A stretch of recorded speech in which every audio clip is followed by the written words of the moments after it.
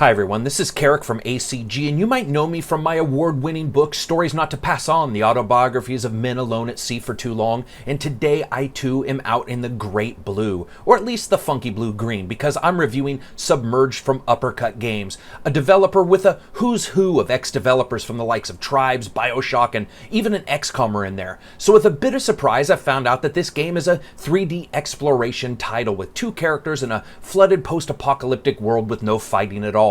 It's basically exploring a submerged city, injecting a sick family member with raw opiates, and watching whales. It does sound all a little bit odd, but let's see. So here's the review for Submerged. Dolphins channeling poison ivy, Aztec pictographs, 1,000-year-old still working emergency beacons, and a case of jungle rot so severe that even an atom bomb from orbit wouldn't clear it up. Remember, if you like the review, think about subscribing. It does help the channel. Graphics are up first. One thing I can say for Submerged is it does at times look the part with alternating weather effects, realistic wave patterns, and some insanely interesting looking architecture that makes the game look awesome at times. Sadly, the texture work is hit and miss, with some sections looking almost Uncharted good and others have incredibly low resolutions across the board, making the world feel like some kind of apocalyptic patchwork quilt when both traveling and climbing. However, ivy, all manner of colorful flowers, and ruin crawl up the landscape in various patterns, and it really breaks up the straight lines and technological reminders of this ancient city and then mixes them back up into a picture of past and present combining,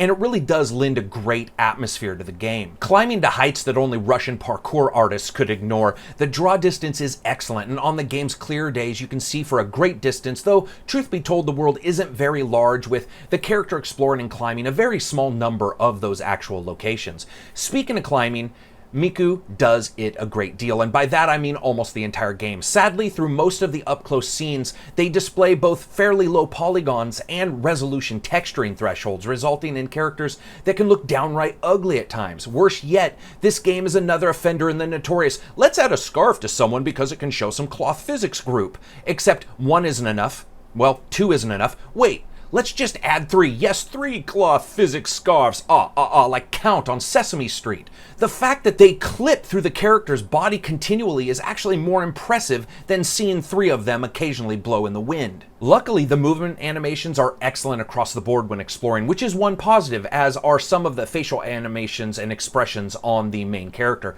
I guess I would say, to sum it up, the world looks pretty amazing with some texture issues, but as a whole, despite some really beautiful landscapes, vistas, and sunsets here or there, many times it's just really plagued with an overall budget look. That, of course, brings us to sound, music, and voice.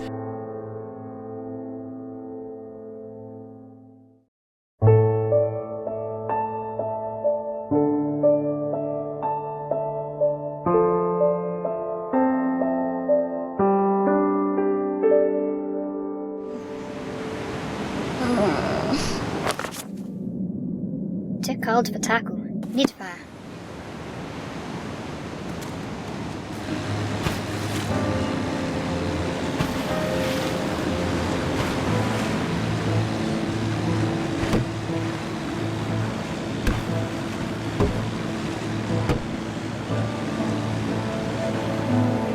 You know, the sound is handled really well with appropriate mixing and effects when you're climbing to the top of a massive crane and you can hear the groan and complaints of aged steel like a ticking time bomb, or when you're jetting around in your infinitely gassed diesel boat and go between 2 decrepit buildings and the soundscape sort of closes in around you. Weather effects like wind, rain, and the lapping of waves off the side of a rusted out building all sound accurate and tonally correct. It's good stuff, not great but solid, and keeps the illusion of the atmosphere going even when other factors sort of bring it down. And that brings us to music. This is some thick stuff, and in fact the score is far larger and more varied than I would have ever expected. It's not a big budget movie score, but it's certainly well made, with a full orchestra production sound and all the expected instruments here and there. It's a very classical sound, and not much is done in the way of experimentation or sound and music mixing, but its thickness and rich mood are a good payoff for actually playing. Voice. You know, only the main character talks, and it's one sentence demands for things for the brother. It's there, it's voiced, but it's pretty vacant, both in the amount and in the delivery. And that brings us to gameplay. Submerged starts out like any hilarious tale, with a gaping belly wound and a boat ride. The game starts with you taking over the controls of Miku, obviously sister to the wounded Tiku, and I'm sure I'm pronouncing those names wrong, who needs help badly. If you begin to draw comparisons to two sons from this moment on, or at least the overall theme, you wouldn't be half wrong. long. For various reasons, the two have traveled to this submerged city to seek help and keep the character alive. What follows is a exploratory experience, like the climbing sections of Assassin's Creed without the random finicky death and with no enemies. You explore the landscape trying to find all manner of things to keep your little bro alive, including bug spray, stitching kits, hard painkillers, and of course food and water, all of which are found in emergency supply drop pods that somehow still have working beacon batteries after what appears to be centuries of time. Now, since there are no enemies, there really is no death, and falling to your flattened cartoon-like demise can't happen either, as you're magically glued to your surroundings like some kind of giant human pasty. So you're jumping, climbing, crawling, leaping, and lunging to locate items as the main part of the game, with a secondary activity being searching for a good number of books scattered around the level with Amazon-looking pictographs in them telling you what may have happened to the world before. Using the character's telescope, you can search far and wide and mark out particular locations that have items, then take your trusty diesel-powered boat to that location and start climbing. All manner of oceanic creatures can be found while traveling, including stingray, massive whales, and dolphins that will follow alongside your boat as you travel from location to location. Additionally, there are a certain number of specific landmarks you can discover while floating around, including a massive bridge, statue, or Ferris wheel half stuck into the water like a massive fishing bobber. Here is the real issue.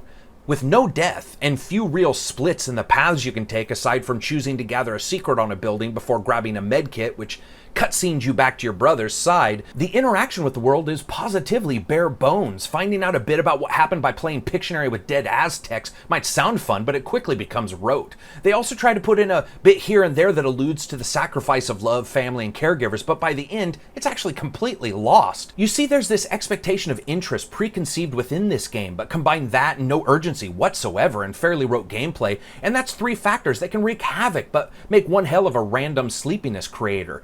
If it was a man doing the exploring, they could have had Michael Douglas do the voiceovers and called it Falling Down. It's not just sedate, it's borderline narcoleptic. Luckily, it's about 1 to 1.5 hours long, and though it has a plus game where you can go out and find any secret pictograms that you may have missed, as walking simulators have become an actual genre, this is pretty close, with some jumping put in. Even with the extraordinary vistas and, at times, beautiful worlds, there are so many oddities about the title that it just seems hard to care. I mean, take for instance the world itself. I like to call it Steam Aztec English, as the story's told to you using Aztec-like pictographs. The buildings, names, and billboards in the sunken city are in English, and you do the entire story while inside a boat with a diesel motorboat with turbo boost add-ons. It might as well have been called Watery Tomb Raider Dichotomy Edition. And that, of course, brings us to fun factor. Listen, I like sedate, and as you guys know, I cover an incredible number of these walking simulators, and I've liked a good deal of them. But the experience must be holistic. It needs to identify its goal and offer it, else it's walking for no reason, and though the goal originally appears to be getting meds for your brother, without urgency, it's a moot point. Where other games of this genre have made sure that the narrative of their stories are connected via various gameplay and arbitrary systems within the game, Submerged misses the mark completely, hoping you care, but doing very little after the initial moments wear off to make you do so. It actually was not fun.